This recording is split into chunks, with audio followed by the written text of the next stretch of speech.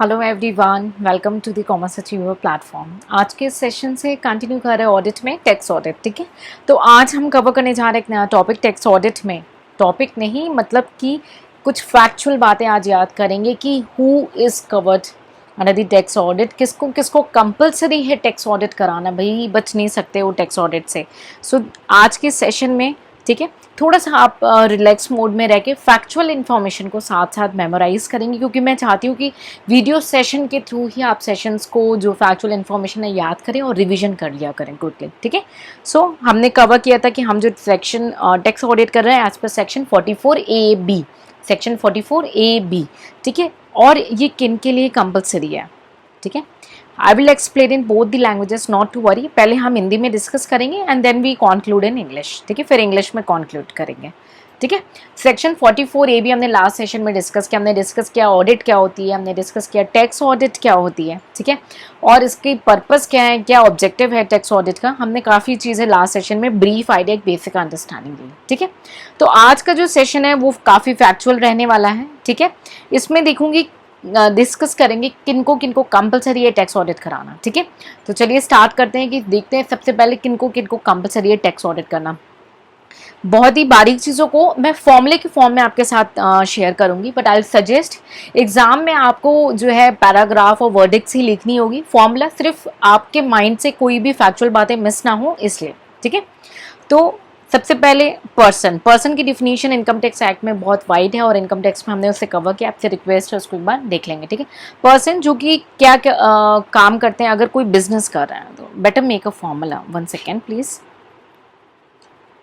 Okay, person है जो कि बिजनेस कर रहे हैं। ठीक है, उनकी टोटल सेल्स, टोटल 3 लैंग्वेज में हम बात करेंगे, उनकी टोटल सेल्स हो।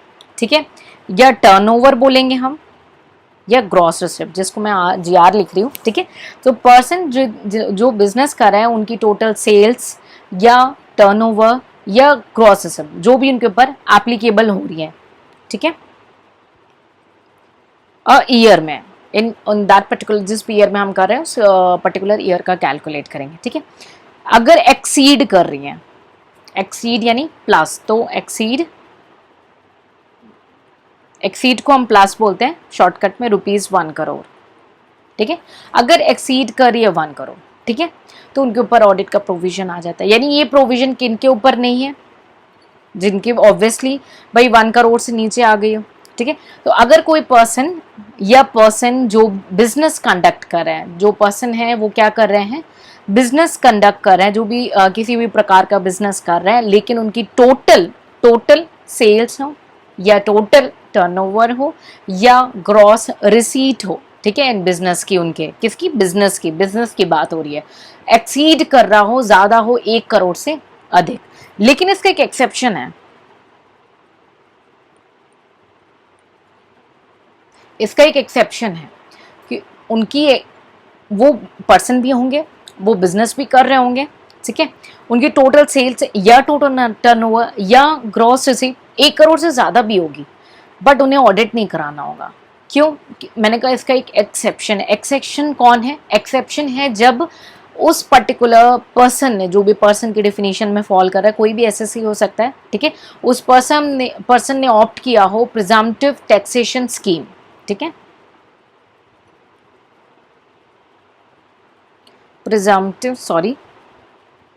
Taxation scheme. ठीक है, स्पेलिंग को अवॉइड करेंगे। ठीक है, फोकस करेंगे अंडरस्टैंडिंग पे, जो कि कवर्ड है under section 44AD। Section 44AD मैंने बोला था आज के ये जो टैक्स ऑडिट के सेशन है, यहाँ पे कुछ सेक्शंस बताऊंगी, उसको कोशिश करिएगा कि सेशन के थ्रू याद करते जाइएगा, क्योंकि ये आपको वैल्यू एडिशन देगा। ठीक है, और ये प्लस पॉइंट क्या है, ये इनकम टैक्स में भी काम आएगा और यहाँ पे भी ऑडिट्स में भी काम आएगा। ठीक है, so presumptive taxation scheme under section 44AD के अंदर जो आते हैं, ठीक है, उनको एक्सेप्शन दिया है। भले वो बिजनेस कर रहे हो, जिनकी टोटल सेल्स या टोटल टर्नओवर या टोटल ग्रॉस रिसीट एक ईयर में एक्सीड भी कर रही हो 1 ईयर से, तब भी ऑडिट नहीं होगा, क्योंकि उन्होंने ऑप्ट किया है presumptive taxation scheme under section 44AD, जिसमें उनकी चाहे टोटल सेल्स हो, टर्नओवर हो ठीक है, टोटल सेल्स हो, टर्नओवर हो, लेकिन एक्सीड नहीं कर रही हो 2 करोड़, ठीक है, एक्सीड नहीं कर रही हो 2 करोड़, यानी जो थ्रेस जो लिमिट है ये बिजनेस की, ठीक है, वो जो है यहाँ पे इस केस में 2 करोड़ एप्लीकेबल हो जाएगी, ठीक है। अब ये जो लिमिट है इसमें इनकम टैक्स लॉज और एक्ट्स के थ्रू चेंजेस आते हैं, तो हम जो न्यूज़ बुकलेट्स होगा उसके थ्रू कवर अप करेंगे, ठीक है। अब जो है जो लिमिट है वो इंक्रीज 1 करोड़ से होकर के 10 करोड़ हो गई है, ठीक है, जहाँ पे कैश रिसीप्ट और कैश पेमेंट की बातें भी की हैं, और उसमें कैश के लिए जो है एक रिस्ट्रिक्शन रखी गई है कि जो उन्हीं के लिए जो है ये लिमिट बढ़ेगी जिनकी कैश रिसिप्ट या कैश पेमेंट दोनों मिला करके जो ड्यूरिंग ईयर में 5% से ज़्यादा, किसका 5% होगा, वो टोटल रिसीट और टोटल पेमेंट का ना हो, यानी कि more than 95% of the business transaction should be through banking channels, ठीक है, more than 95% of the business transaction should be a banking channels if this is a criteria। तो ये जो 1 करोड़ की हमने लिमिट यहाँ पे डिस्कस की थी वो हो जाएगी उनके लिए 10 करोड़। ये क्यों? क्योंकि अब जो है हमारी जो सरकार है, जो फाइनेंस मिनिस्ट्री है, वो मेन चाहती है कि अब जो है कैश मोड्स को धीरे धीरे वाइप आउट किया जाए और बैंकिंग चैनल्स को इंक्लूड किया जाए, ठीक है। So inclusive system, digital inclusion system काम कर रहे हैं यहाँ पे, ठीक है। तो ये हमारा पहला क्राइटेरिया, जहाँ पे जो पर्सन है बिजनेस कंडक्ट कर रहे हैं लेकिन उन्होंने प्रिजम्पटिव टैक्सेशन स्कीम नहीं ऑप्ट किया, ठीक है, उनकी टोटल टर्नओवर, सेल्स या ग्रॉस रिसीट 1 करोड़ से ज़्यादा है उनके बिजनेस की, तो वो ऑडिट के लिए एलिजिबल हैं। क्लियर? मैं फिर से एक लाइन बोलना चाहूँगी, ध्यान से सुनिएगा। एक पर्सन है जो बिजनेस कंडक्ट कर रहा है लेकिन उन्होंने प्रिजम्पटिव जो टैक्सेशन स्कीम है वो ऑप्ट नहीं की है, ठीक है, लेकिन उनकी टोटल सेल्स हो या टोटल टर्नओवर हो या टोटल ग्रॉस रिसीट हो उनके बिजनेस की वो 1 करोड़ से ज़्यादा है, तो वो ऑडिट के लिए एलिजिबल है, वो ऑडिट के लिए एलिजिबल है। क्लियर है? मैं इसको एक बार कॉन्क्लूड करना चाहूँगी, या लास्ट में हम डिस्कस कर लेंगे एक बार क्विकली कि कौन कौन ऑडिट के लिए एलिजिबल है, ठीक है। तो सेकंड हम डिस्कस करेंगे, अब ये हमने डिस्कस किया बिजनेस वालों के लिए, ठीक है। सेकंड हम चलेंगे प्रोफेशन वालों के लिए, ठीक है। प्रोफेशन वालों के लिए कोई भी पर्सन, अब पर्सन कौन, इनकम टैक्स एक्ट के अकॉर्डिंग पर्सन की डिफिनीशन है, आप प्लीज टैक्स का सेशन देखेंगे। कोई भी पर्सन, ठीक है, जो प्रोफेशन कैरी ऑन कर रहे हैं, क्या कर रहे हैं, पीपी, प्रोफेशन, ठीक है, कोई भी पर्सन जो प्रोफेशन कैरी कर रहे हैं और उनका जो ग्रॉस रिसीट है, भाई इसमें तो टर्नओवर की बात नहीं है, ये ग्रॉस रिसीट की लैंग्वेज में बात करते हैं, ठीक है, एक्सीड कर रहा है 50 लाख, एक्सीड क्या कर रहा है 50 लाख रुपीस, तो वो एलिजिबल हो जाएंगे आपके टैक्स ऑडिट के लिए। अब पर्सन कैरिंग अ प्रोफेशन, ठीक है, जो प्रोफेशन कैरी कर रहे हैं और उनकी ग्रॉस रिसीट 50 लाख से एक्सीड है, दोनों में मैंने वर्ड एक्सीड यूज किया है, वो एलिजिबल हो जाएंगे आपके tax audit under section 44A(b) के अंदर, ठीक है। क्लियर? अब और कौन है, ठीक, नेक्स्ट और कौन जो है टैक्स ऑडिट के लिए, कोई भी एसएससी जिनका प्रॉफिट जो सेक्शन 44AD के अंदर देखेंगे हम, ठीक है, कोई भी एसएससी, ठीक है, जिसने प्रॉफिट डिक्लेयर किया हो, ठीक है, एज पर सेक्शन 44AD के अकॉर्डिंग एसएससी है, उन्होंने 44AD क्या है मैं अभी ब्रीफ डिस्कस करूंगी, लेकिन पहले हम ये देखेंगे कि कोई जो हमारा एसएससी है, ठीक है, उसने जो है आपका जो प्रॉफिट दिखाया है वो 44AD के अकॉर्डिंग अपना प्रॉफिट डिक्लेयर किया है, ठीक है, और उसका उस एसएससी का उस पर्सन का प्रॉफिट जो है किसी भी लास्ट पास जो रिलेवेंट ईयर से पास प्रीवियस ईयर्स है सक्सीडिंग दैट पर्टिकुलर ईयर, ठीक है, प्रॉफिट कम हो जाता है, ठीक है, प्रॉफिट कम होता है एज पर सेक्शन 44AD, ठीक है, तो उनको और उनकी इनकम टैक्सेबल नहीं होती है, ठीक है, और उनकी इनकम टैक्सेबल नहीं होती है तो जो है वो टैक्स ऑडिट के लिए लायबल हो जाएंगे। क्लियर? सेक्शन 44AD, यानी अगर कोई पर्सन बिजनेस कर रहा है, ठीक है, बिजनेस कर रहा है और सेक्शन 44AD में कवर है, ठीक है, और उसकी जो इनकम है, अगर मैक्सिमम अमाउंट जो नॉट चार्जेबल टू टैक्स, यानी भाई एक लिमिट है ना कि जिसका आपने एग्जेम्पशन मिलता है इंडिविजुअल वगैरह को भी, ठीक है, तो अगर वो उसके ऊपर एप्लीकेबल है तो टैक्स ऑडिट होगा। मैं फिर से इस पॉइंट को क्लियर करना चाहूँगी। अगर एसएससी है जिन्होंने प्रॉफिट डिक्लेयर किया है किसी भी प्रीवियस ईयर में, किसी भी प्रीवियस ईयर में सेक्शन 44 AD के अकॉर्डिंग उन्होंने प्रॉफिट डिक्लेयर किया, ठीक है, लेकिन उस एसएससी का जो प्रॉफिट है वो कम है किसी भी एक भी 5 असेसमेंट ईयर में, एनी वन, किसी भी एक में 5 असेसमेंट ईयर को कवर अप करेंगे, किसी भी एक भी 5 असेसमेंट ईयर में वो प्रॉफिट कम है to the previous year succeeding such previous year, यानी कि उस प्रीवियस ईयर के सक्सीडिंग 5 ईयर्स को हम चेक करेंगे, ठीक है, कम है, लोअर प्रॉफिट है, ठीक है, किसी भी प्रीवियस ईयर का प्रॉफिट लोअर है, किससे lower, as per section 44 AD से जो आपने दिखाया था। सेक्शन 44 AD का अपना खुद का कैलकुलेशन है और उससे कम है किसी भी 5 साल में, किसी भी 1 साल में, ठीक है, और प्लस साथ ही साथ एक तो वो प्रॉफिट लोअर है, 44 AD से लोअर है, और उसकी इनकम, उस एसएससी की इनकम, ठीक है, उस पर्सन की इनकम जो है एक्सीड करती है किससे, एग्जेम्पशन लिमिट से।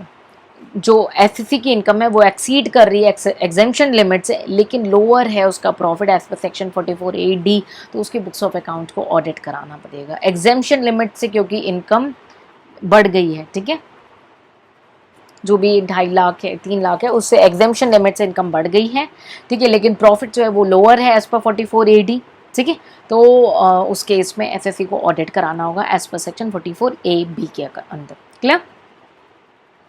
Next,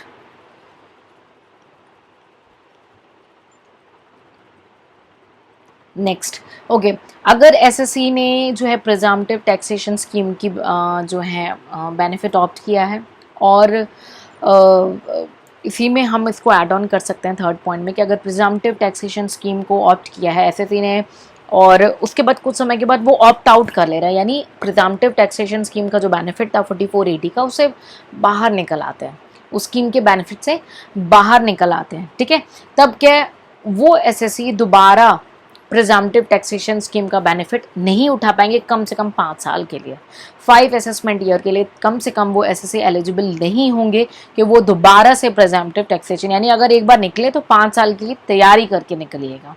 clear? सेक्शन 44 AD, ठीक है, तो हमने 2 सेक्शन अभी तक सोफा कवर किए, मैं एक बार उनको रिकॉल कराना चाहूँगी। एक हमने कवर किया 44 AB जिसमें हमने टैक्स ऑडिट के बारे में जाना, दूसरा हमने डिस्कस किया सेक्शन 44 AD के बारे में, ठीक है।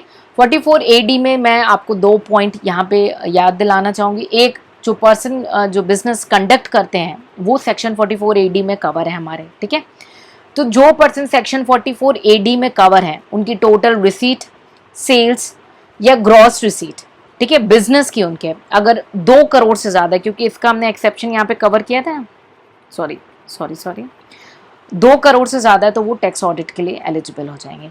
44 AD के सब क्लॉज 4 के थ्रू हमने डिस्कस किया था कि अगर पर्सन जो है वो बिजनेस कैरी कर रहे हैं, ठीक है, लेकिन उनकी इनकम जो है एक्सीड कर रही है, अमाउंट एक्सीड कर रही है एग्जेम्पशन लिमिट से, ठीक है, एक्सीड कर रही है एग्जेम्पशन लिमिट से, बट उन्होंने 44 AD के अकॉर्डिंग कम दिखाया है तो उन्हें ऑडिट कराना होगा। क्लियर? तो हमने 44 AD में 2-3 बातें पढ़ी, ठीक है, हमने बिजनेस के बारे में एक 1 करोड़ का लिमिट पढ़ा, हमने प्रोफेशन के बारे में 50 लाख की लिमिट पढ़ी अभी तक। क्लियर? अब आगे बढ़ते हैं। नेक्स्ट हम पढ़ेंगे सेक्शन 44 ADA।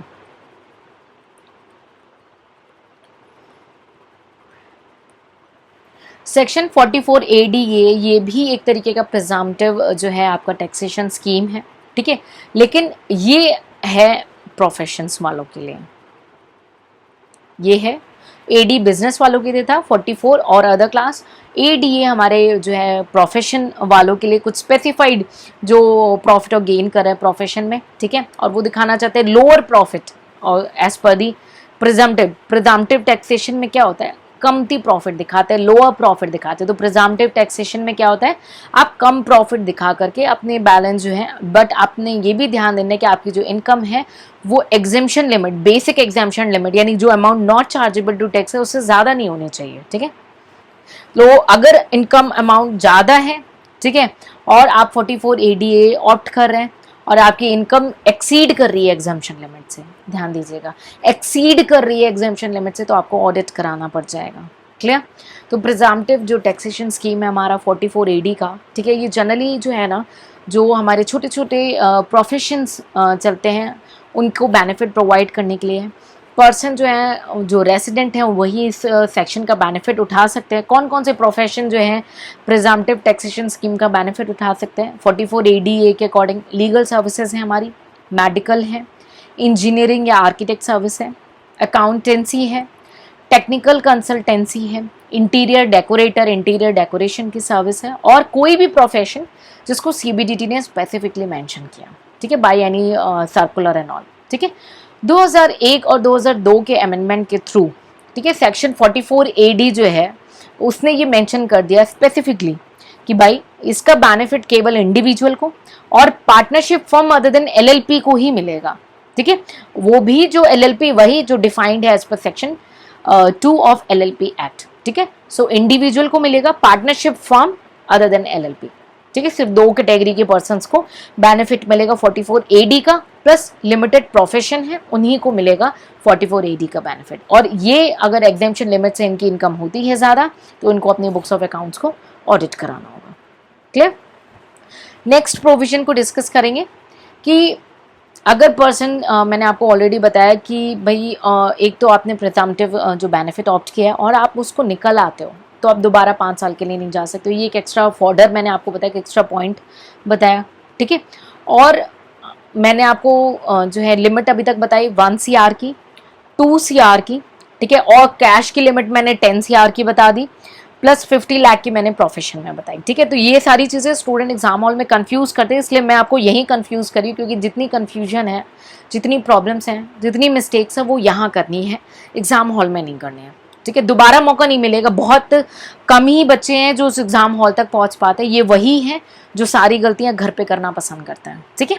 तो आपको बिल्कुल कंप्लीटली ये मान करके चलना है कि आप इंटरव्यूज क्वालिफाई करके लौटेंगे, ठीक है, वहां तक की पूरी तैयारी करके चलनी है, नो इफ बट, और कहीं पे भी एक्स्ट्रा टाइम वेस्ट मत करिए, इधर उधर discussion no way, any doubt any query shoot us, will help you to sort out. Time नहीं वेस्ट करें, आपका टाइम सबसे ज़्यादा कीमती है, जितना यहाँ ऑप्शनल में बचाओगे उतना स्ट्रैटेजिकली आप बाकी अपने सब्जेक्ट्स में यूज़ कर पाओगे, ठीक है। सो सेक्शन 44 AD हमने डिस्कस कर लिया, ADA डिस्कस कर लिया, ठीक। लास्ट हम डिस्कस करेंगे सेक्शन 44 AE। एक स्ट्रैटेजी बताऊंगी, उसके बाद हम एक दो छोटे छोटे और सेक्शन डिस्कस करेंगे इसी के साथ, और जो एलिजिबल हैं ऑडिट के लिए। सेक्शन 44 AE कौन होते हैं? 44 ये एक स्मॉल जो टैक्स पेयर्स हैं जो हमारी प्लाइंग, हायरिंग या गुड्स कैरेज के काम में इन्वॉल्व रहते हैं, तो उनको भी प्रिजम्पटिव टैक्सेशन स्कीम का बेनिफिट दिया as per section 44 AE of the income tax act, ठीक है। और जो पर्सन इस प्लाइंग, हायरिंग या लीजिंग ऑफ गुड्स कैरेज में इन्वॉल्व हैं, लेकिन उनके पास जो है 10 से ज़्यादा गुड्स व्हीकल नहीं है any time in the during period, पूरे साल में कभी भी उनकी 10 से ज़्यादा जो है हैवी व्हीकल्स नहीं रही, उनके पास गुड व्हीकल्स नहीं रही हैं, ठीक है। हैवी और उसके क्राइटेरियाज हैं इन डेप्थ में, उसके लिए हम इनकम टैक्स के प्रोविजंस को डिटेल में डिस्कस आप कर सकते हैं। यहाँ पे हम अपने आप को स्ट्रिक्ट करेंगे केवल टैक्स ऑडिट के मैटर्स से ही रिलेटेड, ठीक है। तो 44 A में वो कैटेगरी के लोग फॉल करते हैं। तो जो पर्सन ने ऑप्ट किया presumptive scheme of under section 44 AE, ठीक है, और इन्होंने ये ऑप्ट तो किया बट क्लेम किया profit lower then the profit as per the 44 AE, तो उनको बुक्स ऑफ अकाउंट्स जो है ऑडिट करानी पड़ेगी, वो कंपलसरी उनको बुक्स ऑफ अकाउंट जो है ऑडिट करना। मैंने इन्होंने जो भी प्रॉफिट एंड गेन जो है बिजनेस का क्लेम किया है, इन्होंने बोला है कि भाई वो लोअर है, वो लोअर है, हमारा जो प्रिजम्पटिव में बताया जा रहा है उससे लोअर है, क्लियर। तो इनको अपनी बुक्स ऑफ अकाउंट्स ऑडिट करानी पड़ेगी। ऐसे ही हमारे जो है 2 सेक्शन और हैं, जैसे 44 A ही है वैसे हमारा एक सेक्शन है 44 BB, ठीक है, और एक लास्ट सेक्शन है सेक्शन 44 BBB। ये तीनों सेम जो है डील करते हैं कि अगर एक लिमिट में से कम दिखा रहा है तो आप ऑडिट कराना पड़ेगा। लेकिन 44 BB और 44 BBB है क्या, एक बार ब्रीफ में आपको आइडिया में दूंगी। सेक्शन 44 BB जो है वो नॉन रेसिडेंट टैक्स पेयर से रिलेटेड है जो कि बिजनेस में इन्वॉल्व हैं, for connection with supplying of plant and machinery, ठीक है, हायर बेसिस पे दे रहे हैं, मिनरल ऑयल का एक्सप्लोरेशन करते हैं, लेकिन वो नॉन रेसिडेंट टैक्स पेयर्स है, तो 44BB उनके लिए एप्लीकेबल होता है। सेक्शन 44BBB हमारे लिए फॉरेन कंपनीज के ऊपर एंगेज्ड है जो सिविल कंस्ट्रक्शन का काम कर रहे हैं, प्लांट एंड मशीनरी के इरेक्शन का काम कर रहे हैं, कमिश्निंग का काम कर रहे हैं, टर्न की पावर प्रोजेक्ट्स का काम कर रहे हैं, तो उनके ऊपर एप्लीकेबल होता है सेक्शन 44BBB। ठीक है, तो ये हमने एसएससीज की लिस्ट फाइंड आउट की। ठीक है, सबसे जो हेडेक वाली बात है वो आपको ये माइंड में रखनी है, हमने 3-4 लिमिट्स नंबर फॉर्म में अंडरस्टैंड की, 1 करोड़, और उसके बाद हमने डिस्कस किया 1 करोड़ से कैसे 10 करोड़ हो सकता है अगर कैश का सिस्टम है तो, 5% और 95%, मिनिमम बिजनेस जो है 95% से ज़्यादा जो डिजिटल सिस्टम में काम करता हो तो उनकी जो ऑडिट की लिमिट है वो 1 करोड़ से बढ़ के 10 करोड़ हो जाएगी। उसके बाद जो अदर बिजनेस वाले हैं उनकी लिमिट जिन्होंने प्रिजम्पटिव ऑप्ट किया 2 करोड़ की है। हमारे प्रोफेशन वाले लोगों के लिए 50 लाख की लिमिट है। ठीक है, उसके बाद इधर कोई लिमिट की बात नहीं हुई है क्योंकि जनरली स्टूडेंट जो एग्जाम हॉल में वो लिमिट्स को लेकर के काफ़ी कंफ्यूज हो जाते हैं। ठीक है, तो फटाफट एक बार क्विक रिकॉल कर लेते हैं कि कौन कौन जो है ऑडिट के लिए एलिजिबल है।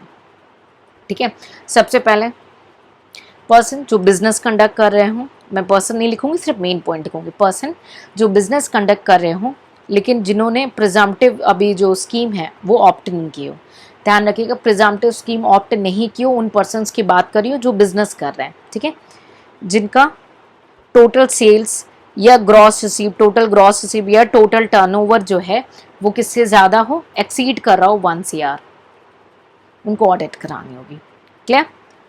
नेक्स्ट पर्सन है बिजनेस कर रहे हैं, पर्सन है बिजनेस कर रहे हैं बट 44AD का बेनिफिट ले रहे हैं, यानी प्रिजम्पटिव टैक्सेशन का बेनिफिट ले रहे हैं, यानी 44AD का बेनिफिट ले रहे हैं। ठीक है, उनकी टोटल सेल्स या टोटल टर्नओवर या टोटल ग्रॉस रिसिप्ट, ठीक है, वो क्या है, एक्सीड हो रही है 2 करोड़, एक्सीड, दोनों में एक्सीड की बात हो रही है, एक्सीड हो रही है 2 करोड़, तो उनको ऑडिट कराना पड़ेगा। क्लियर।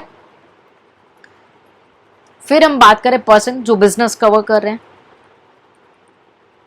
ठीक है, लेकिन 44AD में ही कवर है, वो भी 44AD में कवर है, लेकिन बात क्या है, उनकी इनकम तो एक्सीड कर रही है, किससे, उनकी इनकम एक्सीड की हुई है आपकी एग्जेम्पशन लिमिट से। ठीक है, जो कि not chargeable tax in the previous है, उनको ऑडिट कराना मैंडेटरी होगा। क्लियर। तो हमने बिजनेस की 3 कैटेगरी की बात करी। ठीक है, उसके बाद हम आ जाते हैं प्रोफेशन की ओर। एसएससी जो प्रोफेशन कंडक्ट कर रहे हैं, ठीक है, जो प्रोफेशन जिनकी ग्रॉस रिसिप्ट प्रोफेशन की क्या हो 50 लाख से ज़्यादा हो, उनको ऑडिट कराना पड़ेगा। क्लियर। उसके बाद एक पर्सन जो प्रोफेशन कंडक्ट कर रहे हैं, ठीक है, लेकिन प्रिजम्पटिव, ठीक है, प्रिजम्पटिव टैक्सेशन स्कीम को ऑप्ट किया, यानी सेक्शन 44ADA का बेनिफिट ऑप्ट किया। Clear.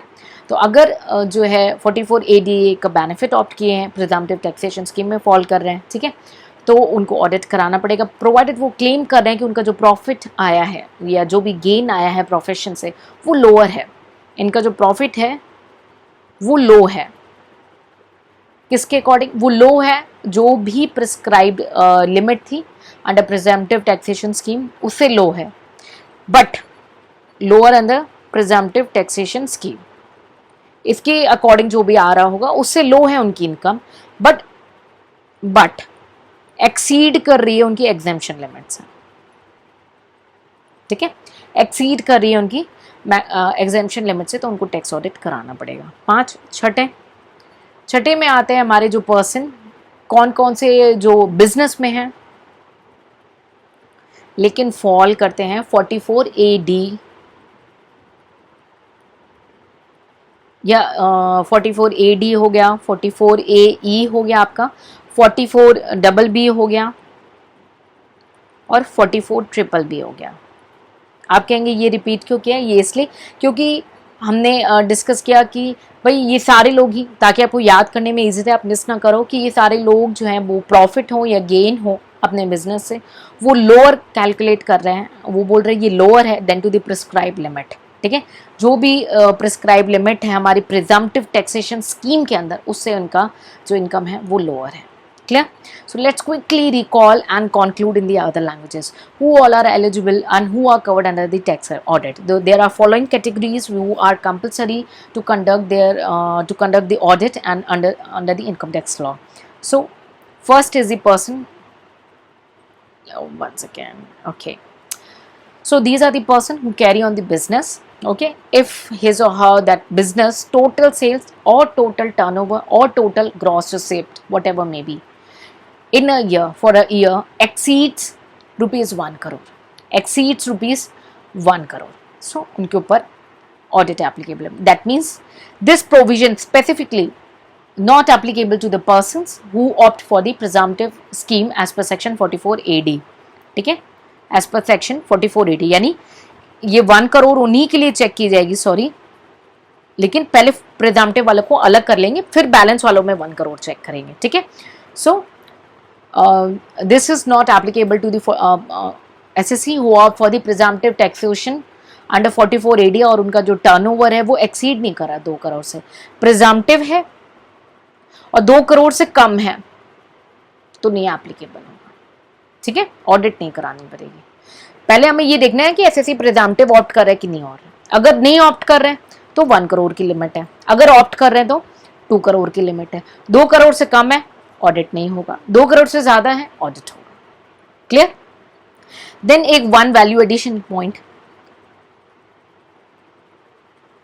Suppose an SSC who carrying on in business and whose 95% of his business transactions who are going through a banking channels. In that case, this limit of 1 crore is exceed to 10 crores in case where there is more of cash receipts and payments during the year, and that does not exceed 5% of the total receipt or the payment. That means 95% of the business transactions are going through the banking channels. In that case, 1 crore limit is being cancelled and it switches to the 10 crore. I hope it's clear. Okay. Next, if a person is carrying on profession, any kind of profession, and its gross receipts is, total gross receipts is exceeding 50 lakh. So we discussed this. We discussed already this. Okay.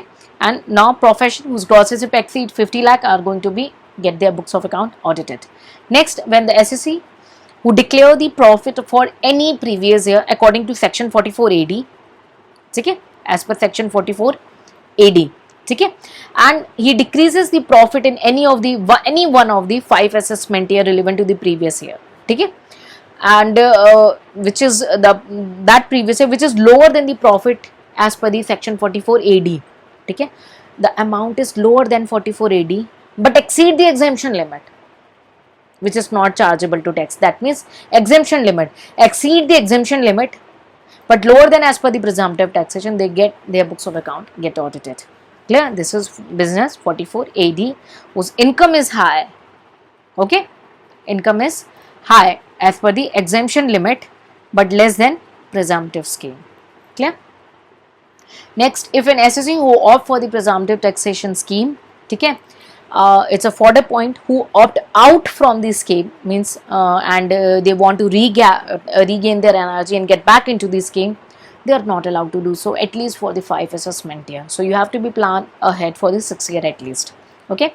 Next, section 44 AD we have already discussed. Okay, and now we are going to discuss 44 ADA. Okay, an SSC who is in a profession may offer the presumptive taxation scheme under section 44 ADA, okay, or the one is claiming that profit of that particular profession is lower than the profit as per the presumptive taxation point. Profit is lower than the presumptive taxation scheme but exceed the exemption limit. Profit is lower than the presumptive taxation scheme but exceed the exemption limit, get their books of account audited. So who all are fall under 44 AD? It's for the small specified profession who are dealing in the legal matter, medical, engineering or technical matter, architectural matter, accountancy, technical consultancy, interior decorator or any other profession which is specified by the CBDT. But so far CBDT is not specified any other profession. Okay. 2021 and 22 mention about the some amendment that this support of 44ADA has been limited to the individual and partnership other than LLP. Okay, these two SSC are eligible to offer the 44ADA. My recommend is please refer your income tax sessions, and for the changes stay connected for the news updates. Okay, next. So we discussed this so far. We already discussed if the person offer the presumptive taxation scheme, ठीक है, under 44AD and his total sale or turnover should not exceed 2 crores. ठीक है. Next, if an SSC offer the 44AD, AE, double B or triple B. ठीक है.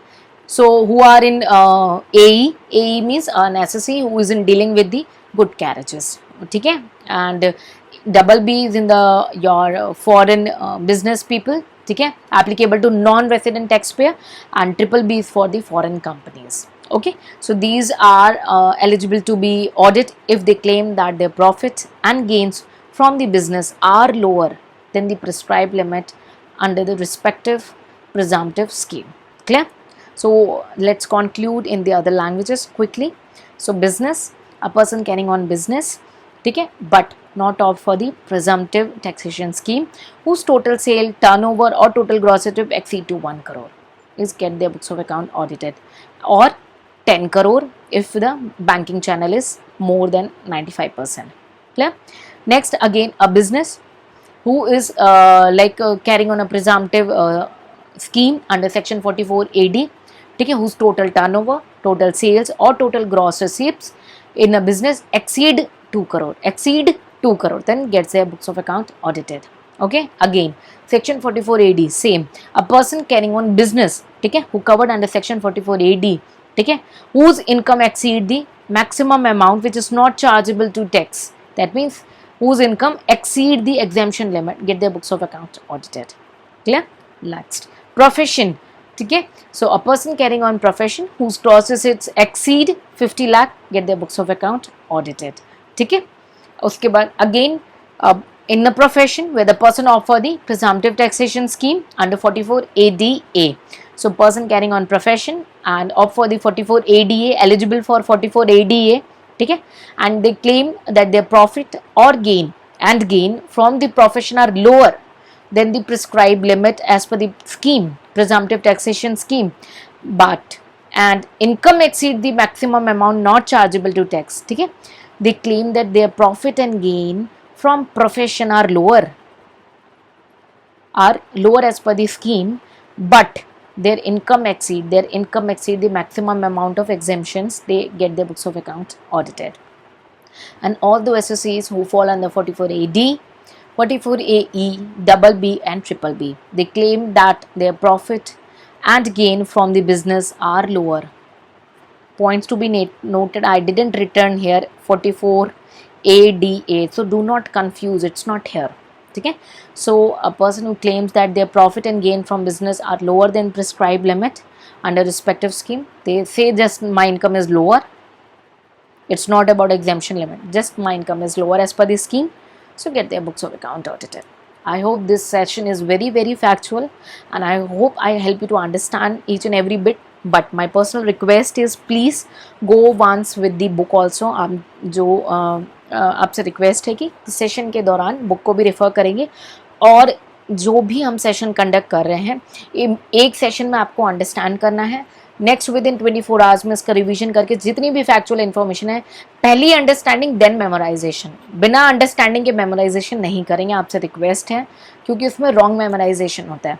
पहले understand बहुत important, then memorisation, ये दोनों होने के बाद आंसर राइटिंग, ये साइमल्टेनियसली आंसर राइटिंग. ठीक है, सो मेमोराइज करेंगे, विद इन 24 आवर्स में रिवीजन करेंगे, बुक के थ्रू रेफरेंस करेंगे. ठीक है, कोर्स बहुत ज़्यादा है इसलिए कल पे नहीं छोड़ेंगे, each and every day hard work करेंगे. ठीक है, so I hope I help you to understand. So take care, see you in the next session more on tax audit. Till then, bye bye.